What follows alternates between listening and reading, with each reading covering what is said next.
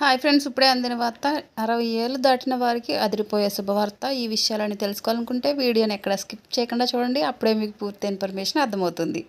అదేవిధంగా ఛానల్ని first time చూస్తున్నట్లయితే సబ్స్క్రైబ్ చేసుకోండి, లైక్ చేయండి. లైక్ చేయడం వల్ల ఇలాంటి ఇన్ఫర్మేషన్ చాలామందికి రీచ్ చేసిన వారు అవుతాం. ప్రభుత్వ బస్సుల్లో మహిళలకు ఉచిత బస్సు సౌకర్యాలు ఉన్న సంగతి తెలిసిందే. ఏపీ, తెలంగాణలో 2 చోట్ల మహిళలకు ఫ్రీ బస్సు ఫెసిలిటీ ఉంది.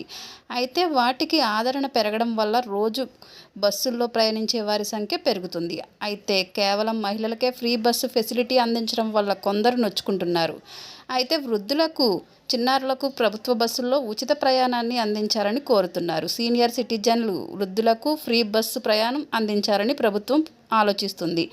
మహిళలకు ఇచ్చినట్టుగానే ఇదే పథకం తరహాలో వృద్ధులకు, చిన్నారులకు కూడా ఫ్రీ బస్సు ఫెసిలిటీ కల్పించాలని డిమాండ్ ఉంది.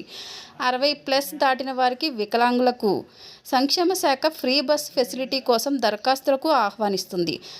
అప్లికేషన్ హోల్డర్స్కు ఇది ఖచ్చితమైన, ఉపయోగకరమైన సమాచారం అందిస్తుంది.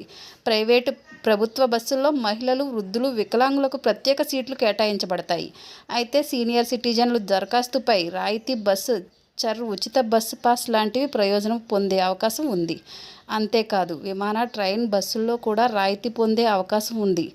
అయితే దీనికోసం కొన్ని అవసరమైన పత్రాలు సమర్పించాల్సి ఉంటుంది. ఇలాంటి లేటెస్ట్ ఇన్ఫర్మేషన్ వీడియోస్ కోసం ఛానల్ని సబ్స్క్రైబ్ చేసుకోండి, లైక్ చేయండి, షేర్ చేయండి. Thank you for watching.